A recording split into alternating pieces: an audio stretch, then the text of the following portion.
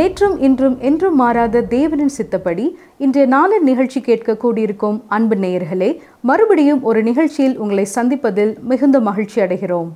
இன்றைய நாளிலே தேவன் நமக்கு வைத்திருக்கிற காரியங்களை நாம் பார்ப்போம். இந்த நிகழ்ச்சி மூலமாக நீங்கள் கற்றுக்கொள்ளுகிற காரியங்களில் சிறிதா இருந்தாலும் பெரிதா இருந்தாலும் அதில் நிலைத்திருக்க தேவன் உங்களுக்கு உதவி புரிவாராக.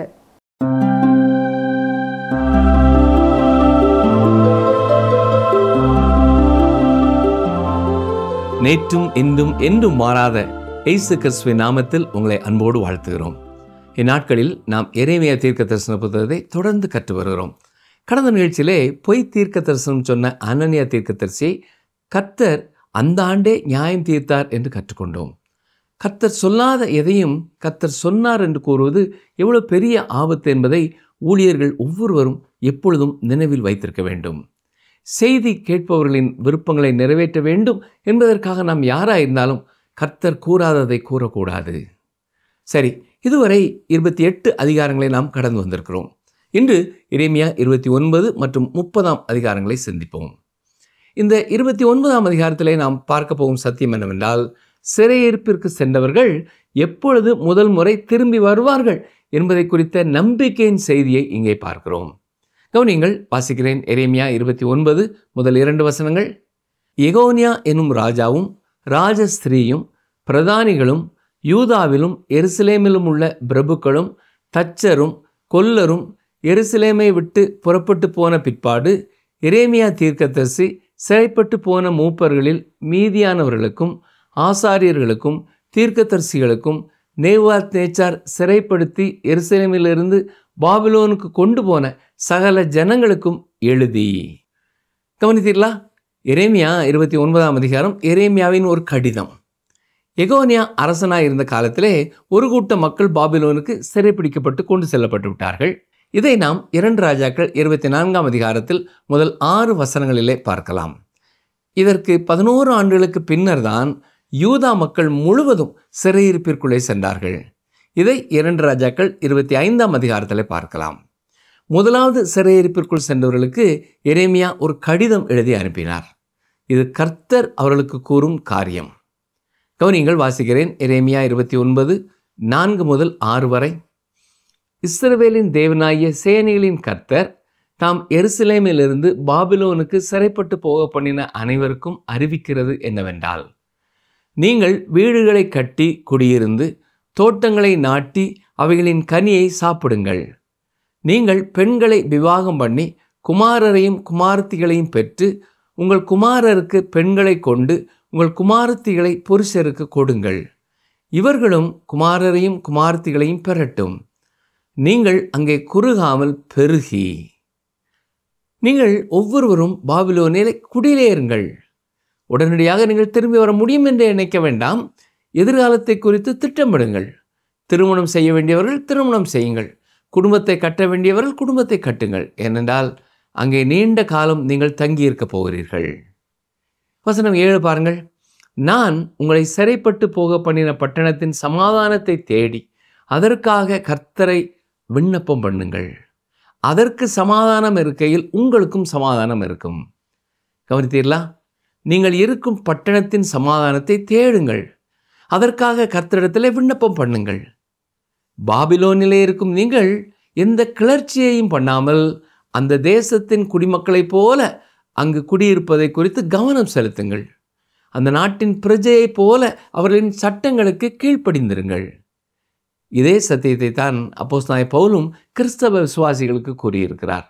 1 தீமோத்தேயு 2:2 நாம் எல்லா பக்தியோடும் நல்லொழுக்கத்தோடும் கலகமில்லாமல் அமைதலுள்ள ஜீவனம் பண்ணும்படிக்கு ராஜாக்களுக்காகவும் அதிகாரமுள்ள யாவருக்காகவும் அப்படியே செய்ய வேண்டும். பிரியமானவர்களே, நீங்கள் கடைசியாக எப்பொழுது நம் தேச தலைவர்களுக்காக, மாநில தலைவர்களுக்காக, நம் ஊர் தலைவர்களுக்காக ஜெபித்தீர்கள்? இதுவரை இதை செய்யவில்லை என்பதை உணர்ந்து கொள்வோம் என்றால் இன்று முதல் இதை நாம் தொடங்கலாம். இவர்களது படங்களை நாம் பார்க்கும் பொழுது ஜெபித்தாலே அவர்களுக்காக ஏறெடுக்கப்படும் ஜெபம் அதிகமாகும். சரி, தொடர்ந்து வாசிக்கிறேன். எரேமியா 29 10 வசனம்.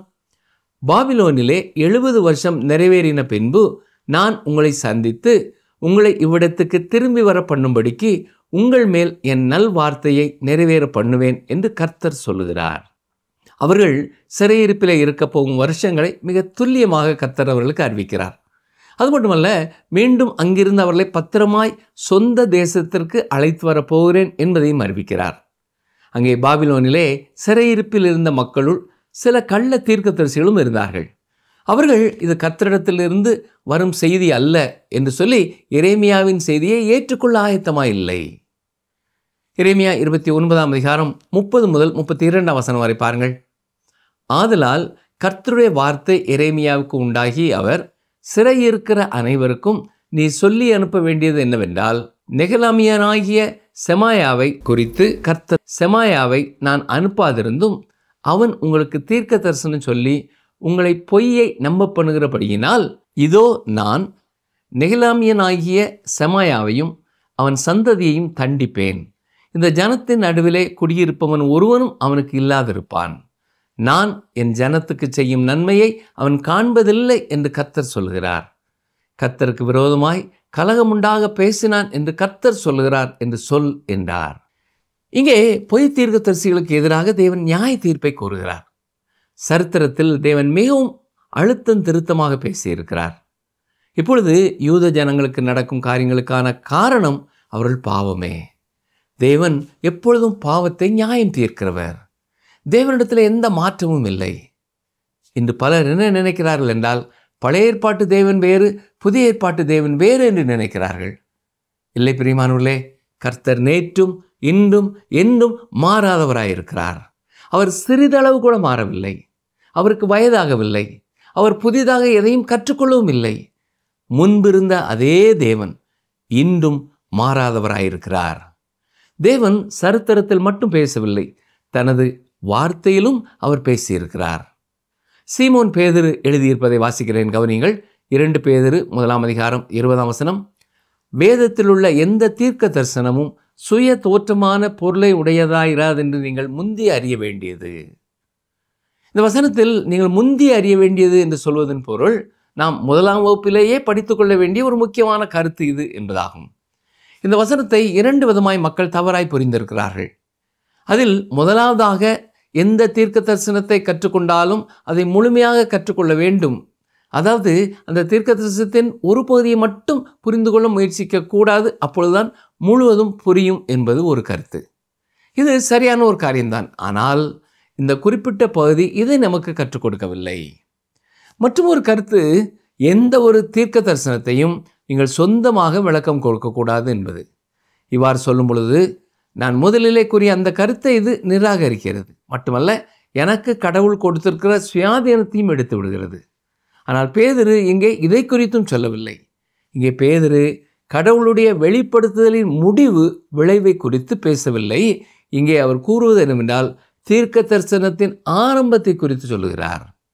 பழங்காலங்களில் பேசிய அல்லது எழுதிய தீர்க்கதரிசிகள் கடவுளுடைய வார்த்தைகளை மட்டுமே பேசினார்கள். அவர்களுடைய சொந்த கருத்துக்களை எழுதவில்லை. கர்த்தருடைய வார்த்தையை அப்படியே எழுதினார்கள். தேவன் என்ன சொன்னாரோ அதையே சொன்னார்கள். தேவன் என்ன எழுத சொன்னாரோ அதையே எழுதினார்கள் என்றுதான் கூறியிருக்கிறார். சரி, நாம் கர்த்தருடைய வார்த்தையண்டை வரும் பொழுது நாம் தரையிலே படுக்க ஆயத்தமாக இருக்க வேண்டும். ஆண்டவரே, நான் ஒரு பாவி என்பதை நாம் ஒத்துக்கொள்ள வேண்டும். தேவனுடைய பார்வையிலே நாம் ஒன்றுமே இல்லை, நாம் ஒரு புழுதி என்ற உணர்வோடு அவருடைய வார்த்தை அண்டை நாம் வர வேண்டும். சுய விருப்பமோ அல்லது நமக்கு சொந்த கருத்தோ நம் உள்ளத்தில் இருக்கும் என்றால் கர்த்தருடைய வார்த்தையை நாம் பூரணமாய் அறிந்து கொள்ள முடியாது. எரேமியாவின் காலத்தில் வாழ்ந்த பிரபுக்கள், ஆசாரியர்கள், தீர்க்கதரிசிகளின் பிரச்சனையும் இதுவாகத்தான் இருந்தது. இன்று நம்மிலே பலருடைய பிரச்சனையும் இதுதான். ஒவ்வொரு தனி மனிதனும் தனக்கென ஒரு கருத்தை வைத்திருக்கிறான். வேறு வார்த்தைகளிலே சொல்ல வேண்டும் என்றால், தனக்கென ஒரு வியூ பாயிண்ட் வைத்திருக்கிறான். சில காரியங்களை அவன் உள்ளம் ஏற்றுக்கொள்ளும் வண்ணமாய் இருக்கிறது. சில காரியங்களுக்கு எதிராக அவனுடைய சிந்தனை இருக்கிறது. இதற்கு காரணம் அவனுக்கு இருக்கும் சிறிதளவு அறிவே ஆகும். தேவன் சர்வ ஞானத்தையும் கொண்டவர்.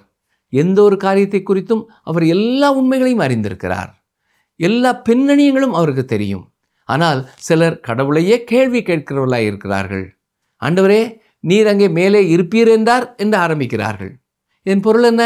நீர் அங்கே இருக்கிறீரோ இல்லையோ என்பதே எனக்கு தெரியவில்லை. எனக்கு இருக்கும் மாபெரும் அறிவினாலே நீர் இருக்கிறீர் என்பதை என்னால் நம்ப முடியவில்லை. அப்படி நீர் அங்கே இருப்பீர் என்றால் ஆண்டவரே நீர் செய்வது தவறு என்று சொல்கிறார்கள். இது மனிதனுடைய ஆணவத்தை காட்டுகிறது.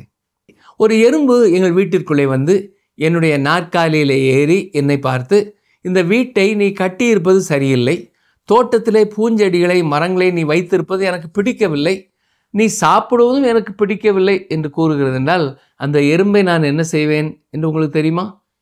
என் நாற்காலியிலிருந்து அதை கீழே சுண்டி விட்டு மிதித்து விடுவேன். அதுதான் அந்த எறும்பின் முடிவு. ஆனால் நம்மை படைத்த கடவுள் மனிதன் மேல் கிருபை நிறைந்தவராய் இருக்கிறார். அவர் நம்மை மிதிக்கிறதில்லை. அவர் நமக்கு இரண்டாவது ஒரு வாய்ப்பை கொடுக்கிறார். பிரியமான சகோதரனே, சகோதரியே, கர்த்தருடைய வார்த்தையை கடவுளுடைய வார்த்தை என்ற விசுவாசத்தோடு கேளுங்கள், வாசியுங்கள், அதை நம்புங்கள், அதற்கு கீழ்ப்படியுங்கள். அதுவே உங்களுக்கு ஆசீர்வாதமானதாய் இருக்கும். தேவன் சொன்னார் என்று பொய்யாய் சொல்லும் கள்ள தீர்க்கதரிசிகளை தேவன் அழித்து போடுகிறார் என்பதை இந்த அதிகாரம் நமக்கு தெளிவாய் காட்டுகிறது. தொடர்ந்து எரேமியா 30ஆம் அதிகாரத்தை பார்ப்போம். எரேமியா 30 முதல் 39ஆம் அதிகாரம் வரை உள்ள பகுதி இந்த புத்தகத்தின் 4வது முக்கியமான பகுதியாக இருக்கிறது. இது 12 கோத்திரங்களின் எதிர்காலத்தை குறித்ததும் சமீபத்திலே நடைபெறப்போகிற யூதாவின் முழு சிறையிருப்பை குறித்தும் கூறுகிறது. முன்பு சொன்ன ஒரு குறிப்பை மீண்டும் ஞாபகப்படுத்த விரும்புகிறேன். எரேமியா புத்தகத்திலே காலகட்டத்தின்படி அதிகாரங்கள் அமைக்கப்படவில்லை. யூதா மக்களின் வாழ்க்கையிலே மிக இருளான காலகட்டத்திலே இந்த தீர்க்க தரிசனங்கள் உரைக்கப்பட்டது. எந்த ஒரு உற்சாகமான செய்தியும் இல்லாததால் அது மிகவும் இருளான காலம் என்று சொல்லலாம். அங்கே இருந்த சூழ்நிலை என்ன? எருசலேம் நகருக்கு வெளியே நேபுகாத் நேச்சாரின் படை இருந்தது.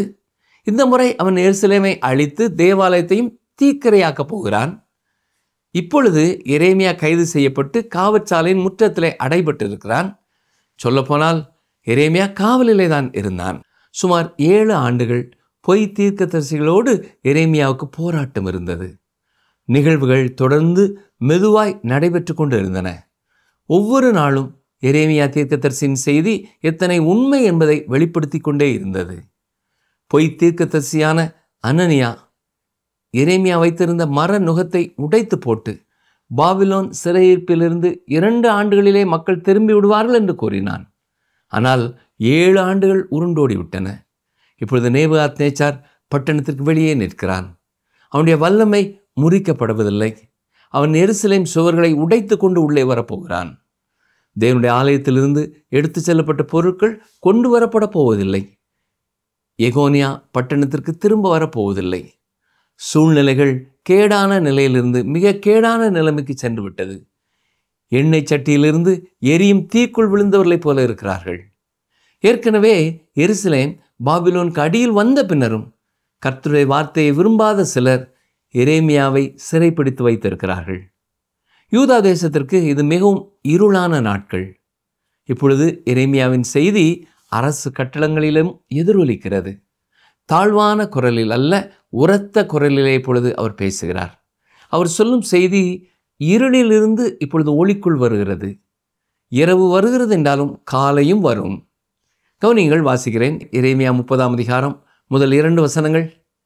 கர்த்தராலே எரேமியாவுக்கு உண்டான வார்த்தை. இஸ்ரவேலின் தேவனாய கர்த்தர் சொல்லுகிறது என்னவென்றால், நான் உன்னோடே சொன்ன எல்லா வார்த்தைகளையும் ஒரு புஸ்தகத்தில் எழுதிக்கொள். இப்பொழுது எரேமியா கர்த்தர் கூறும் வார்த்தைகளை எழுதி வைக்கிறார். காவலில் தான் அவர் இருக்கிறார். தேவாலயத்திலே போய் நின்று அவர் பேச முடியாது. எனவே கர்த்தரின் வார்த்தைகளை எழுதுகிறார். வாசிக்கிறேன். எரேமியா 30ஆம் அதிகாரம் 3 முதல் 5ஆம் வசனம் வரை. இதோ நாட்கள் வரும் என்று கர்த்தர் சொல்லுகிறார். அப்பொழுது நான் இஸ்ரவேலும் யூதாவுமாகிய என் ஜனத்தினுடைய சிறையிருப்பை திருப்பி நான் அவர்கள் பிதாக்களுக்கு கொடுத்த தேசத்துக்கு அவர்களை திரும்பி வர பண்ணுவேன். அதை அவர்கள் சுதந்தரித்துக் கொள்வார்கள் என்று கர்த்தர் சொல்லுகிறார். இவைகள் கர்த்தர் இஸ்ரவேலையும் யூதாவையும் குறித்து சொன்ன வார்த்தைகளே. கர்த்தர் சொல்கிறது என்னவென்றால், தத்தளிப்பின் சத்தத்தை கேட்கிறோம், திகில் உண்டு, சமாதானம் இல்லை. இனி சமாதானம் இல்லை என்று எரேமியா கூறிய செய்தி மக்களுக்கு சென்றது. பொய் தீர்க்கதரிசிகள் சமாதானம் சமாதானம் என்று கூறினாலும் அங்கே சமாதானம் இல்லை. பாருங்கள், எரேமியா 30ஆம் அதிகாரம் 6ஆம் 7ஆம் வசனங்கள். ஆணாய் பிறந்தவன் பிரசவிக்கிறதுண்டோ என்று கேட்டு பாருங்கள். பிரசவிக்கிற ஸ்திரியை போல் புருஷர் யாவரும் தங்கள் இடுப்புகளின் மேல் தங்கள் கைகளை வைத்திருக்கிறதையும் முகங்களெல்லாம் மாறி வெளுத்திருக்கிறதையும் நான் காண்கிறதென்ன? ஐயோ, அந்த நாள் பெரியது, அதை போலத்த நாள் இல்லை. அது யாக்கோபுக்கு இக்கட்டு காலம், ஆனாலும் அவன் அதற்கு நீங்களாகி ரட்சிக்கப்படுவான். இப்பொழுது எரேமியா கர்த்தருடைய நாள் வருவதை காண்கிறார். ஏசாயாவும் இதை கண்டு அறிவித்திருக்கிறார். அது வெளிச்சமான ஒரு நாளல்ல, இருளான நாள் என்று கூறியிருக்கிறார்கள். மகா உபத்திரவம் என்னும் இருளுக்குள் செல்வார்கள், பின்னர் பகலின் வெளிச்சத்தையும் காண்பார்கள். கர்த்தர் இங்கே சொல்வது என்ன? கொடூரமான நாட்களை நீங்கள் இன்னமும் காணவில்லை. இப்பொழுது நீங்கள் கடந்து வரும் காலங்களை விட இனி வர இருக்கும் மகா உபத்திரவ காலம் மோசமானதாக இருக்கும். தொடர்ந்து தேவனுடைய ராஜ்யத்தை குறித்த முன்னறிவிப்பை பார்க்கிறோம். பாருங்கள், எரேமியா 30, 8, 9 வசனங்கள். அந்நாளில் நான் அவன் நுகத்தை உன் கழுத்தின் மேல் இராதபடிக்கு உடைத்து உன் கட்டுகளை அறுப்பேன் என்று சேனைகளின் கர்த்தர் சொல்கிறார். அந்நியர் இனி அவனை அடிமை கொள்வதில்லை. தங்கள் தேவனாய கர்த்தரையும் நான் தங்களுக்கு எழுப்பப் போகிற தங்கள் ராஜாவாகிய தாவீதையுமே சேவிப்பார்கள். பயங்கரமான காலங்களை கடந்து இஸ்ரவேல் ஜனங்கள் தங்கள் தேசத்திற்கு வருவார்கள். தாவீது மரித்தோரிலிருந்து எழுந்து வந்து ராஜ்யத்தை ஆட்சி செய்வார். எரேமியா 30:18 என்ன சொல்லுகிறது? கர்த்தர் சொல்லுகிறது என்னவென்றால், இதோ நான் யாக்கோபுடைய கூடாரங்களின் சிறையிருப்பை திருப்பி அவன் வாசஸ்தலங்களுக்கு இரக்கம் செய்வேன். நகரம் தன் மண்மேட்டின் மேல் கட்டப்பட்டு அரமனை முன்போல நிலைப்படும். இது தேவனுடைய திட்டவட்டமான ஒரு வாக்குத்தத்தம். இந்த காரியங்கள் எல்லாம் எப்பொழுது நடக்கும்? வசனம் 24 பாருங்கள். எரேமியா 30:24. கர்த்தர் தம்முடைய இருதயத்தின் நினைவுகளை நடப்பித்து நிறைவேற்றும் அளவும் அவருடைய உக்கிர கோபம் தணியாது. கடைசி நாட்களில் அதை உணர்ந்து கொள்வீர்கள். கவனித்தீர்களா? கடைசி நாட்களில் உணர்ந்து கொள்வீர்கள். இது எதிர்காலத்திலே நிறைவேறப் போகும் ஒரு தீர்க்க தரிசனம். நம்முடைய காலத்தில் இருந்து அந்த நாட்களை பார்த்தாலும் தாவீதின் குமாரனாய் இயேசு கிறிஸ்து இந்த உலகத்திலே வந்து தன்னுடைய ராஜ்யத்தை ஸ்தாபிக்கும் காலம்தான் அது. அது இன்றும் எதிர்காலத்திலே நடக்கப் போகும் ஒரு முக்கியமான நிகழ்வாய் இருக்க போகிறது.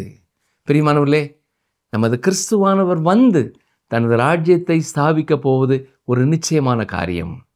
ஒருவேளை அந்த காலம் வரை நாம் இருக்கலாம், அல்லது அதற்கு முன்பே நாம் எடுத்துக்கொள்ளப்படலாம். எப்படி என்றாலும் இறுதி வரை நம் ரட்சிப்பை காத்துக்கொள்வது நம் உயிரை காட்டிலும் மேலானது. இப்படி நம் ரட்சிப்பை காத்துக்கொள்ள நமக்கு உதவுவதுதான் கர்த்தருடைய வார்த்தைகள். அது மட்டுமே.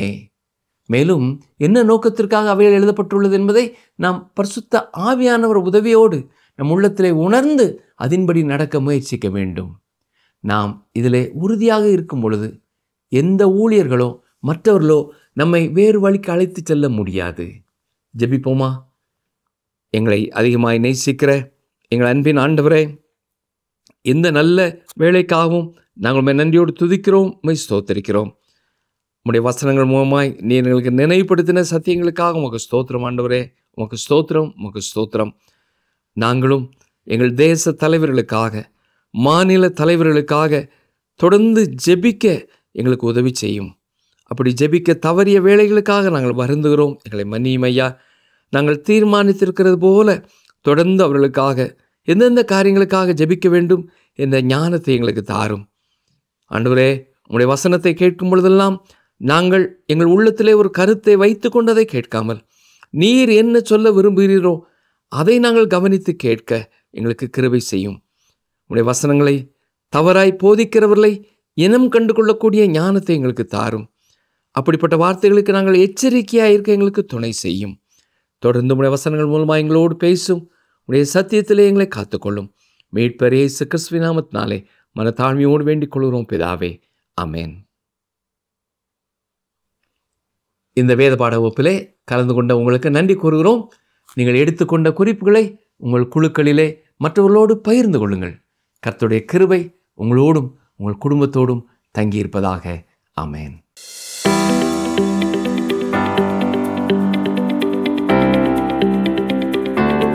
இஸ்ரவேல் ஜனங்கள் இனி யாரை சேவிப்பார்கள்? இஸ்ரவேல் ஜனங்கள் இனி யாரை சேவிப்பார்கள்? ஆப்ஷன் ஏ, தங்கள் தேவனாகிய கர்த்தரை. ஆப்ஷன் பி, அந்நிய தெய்வங்களை. ஆப்ஷன் சி, நேபுகாத் நேச்சரை. இன்றைய கேள்விக்கான சரியான பதிலை 9962032803 என்ற எண்ணிற்கு வாட்ஸ்அப் மூலம் அனுப்புங்கள்.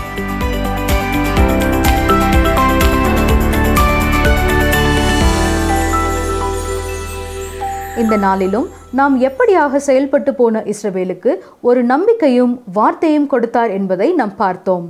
நம்முடைய வாழ்விலும் அநேக வேளைகளிலே பாலை போன்ற வனாந்தரமான ஒரு பாதையில் கடந்து செல்லும் பொழுது இயேசு கிறிஸ்து நம்முடைய நம்பிக்கையாக இருக்கிறார் என்பதை மறந்துவிடாதீர்கள். நாம் இன்று கற்றுக்கொண்ட ஒரு முக்கியமான பாடம் ஜெபம். நாம் இருக்கும் இடத்திலே நாம் சமாதானமாய் இருப்பதற்கு நம்முடைய தேச தலைவர்களுக்காக, நம்முடைய மாநில தலைவர்களுக்காக, இன்னும் ஒவ்வொரு தலைவர்களுக்காகவும் ஜெபிக்க வேண்டியது நம்முடைய கடமையாக இருக்கிறது. எத்தனை முறை குடும்ப தலைவர்களுக்காக, நாம் சபையின் தலைவர்களுக்காக நாம் ஜெபிக்க பாரப்படுகிறோம்? இந்த நிகழ்ச்சி உங்களுக்கு பிடிச்சிருக்கா? அப்ப இப்பவே மிஸ்டர் கால் கொடுங்க. பரிசு வெல்றது நீங்களாவும் இருக்கலாம்.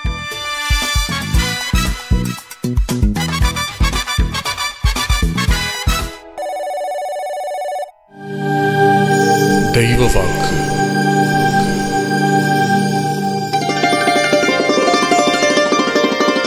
உம்முடைய ஆசீர்வாதத்தினாலே உமது அடியானின் வீடு என்றைக்கும் ஆசீர்வதிக்கப்பட்டிருப்பதாக.